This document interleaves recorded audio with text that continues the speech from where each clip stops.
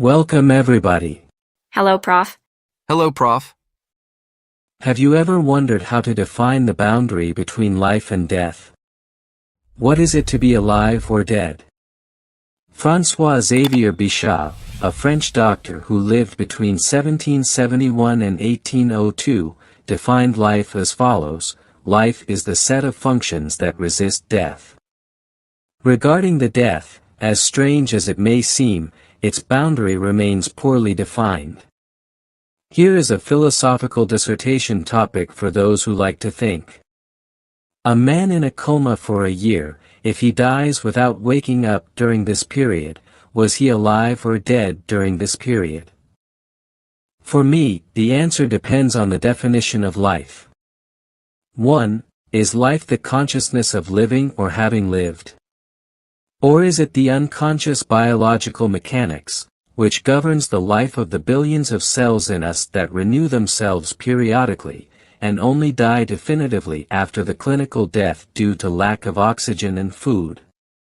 Or rather, life is the perception of breathing: he breathes, therefore he lives. 2. Did the man in a coma wake up for short moments imperceptible to those around him? Or did he cross the border of no return, after a complete stop of a determined duration on this border? A joke says, "You are dead when your doctor tells you that you are." We therefore rely, without asking any questions, on the death certificate drawn up by the doctor attesting to a cardiorespiratory arrest supposed to be permanent. When the time arrives, it neither goes back nor forward, say the elders when speaking of death. What time are we talking about? The time indicated on a watch? Or a boundary between life and death drawn by our imagination under the term time? The time interval more or less precise, for example, as it is often indicated in the autopsy report of a medical examiner. Or what is called biological time. As this notion of time here is as vague as the linguistic variables, developed in fuzzy logic by the American engineer and mathematician of Iranian-Azerbaijani origin Lotfi Zedeh, we can consider that it is all of these at once with varying degrees. Indeed, fuzzy logic is a branch of mathematics and computer science that focuses on the modeling and processing of uncertainty or imprecision in information. Unlike classical logic where truth values are binary, true or false, fuzzy logic allows degrees of belonging to a category, ranging from 0, not at all, to 1, totally. In a post on Facebook some time ago, Prof. Arson said in a parable about life, "We wake up every morning thanks to the gift of life, which God the Creator has raised in us, and which we wind up each time if we pay attention to our health, as we used to wind a clock, until the day when the spring of life breaks or rusts forever, and it is over, we can no longer wind it." The boundary between life and death is like the horizon of a black hole.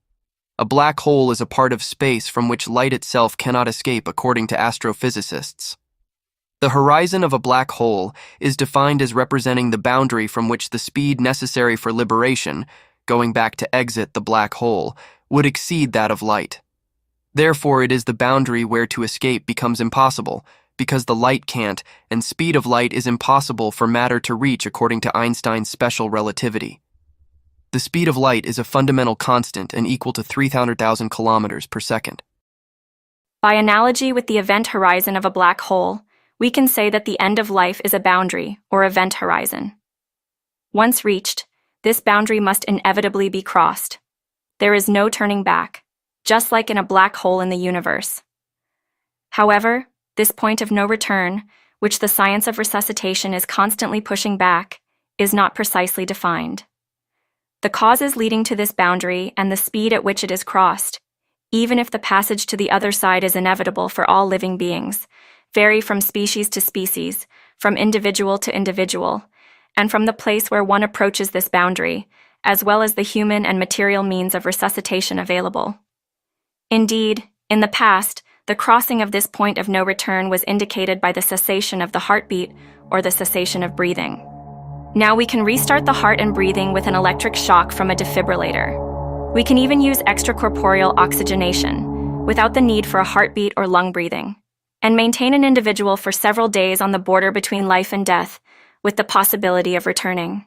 According to Stéphane Charpier, a neuroscience professor at the Sorbonne University, today, especially in hospital settings, we have more precise criteria to identify the physiopathological and clinical conditions that herald an inevitable or proven death, but without being able to determine the exact moment of death. These advances are the result of rapid progress in resuscitation, intensive care, particularly artificial ventilation, the sophistication of clinical investigations, and numerous research studies, as mentioned earlier. Indeed, according to Professor Charpier again, as early as the 1970s American states enacted brain death into their medical and legal statutes. A series of tests were refined and amended by the U.S. National Institutes of Health, leading in 1981 to a new definition of death that was quickly adopted in all U.S. states, and subsequently elsewhere in the world. What is a dead person? Well, a person who presents an irreversible cessation of circulatory and respiratory functions, or an irreversible cessation of all functions of the brain as a whole. This total cessation of brain activity can be verified by a tomography, or PET scan, or an electroencephalogram. This brain void is equivalent to a form of functional decapitation, the brain being anatomically present but unable to function. So, today we look to signs of life in the brain. Only a flat electroencephalogram, that is without any waves, is considered a sign of the passage from life to death without the possibility of return.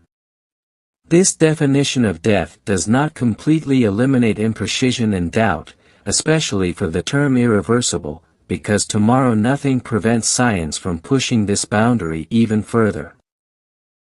Thanks to everyone for watching the video until the end, and see you soon in another scientific or philosophical topic.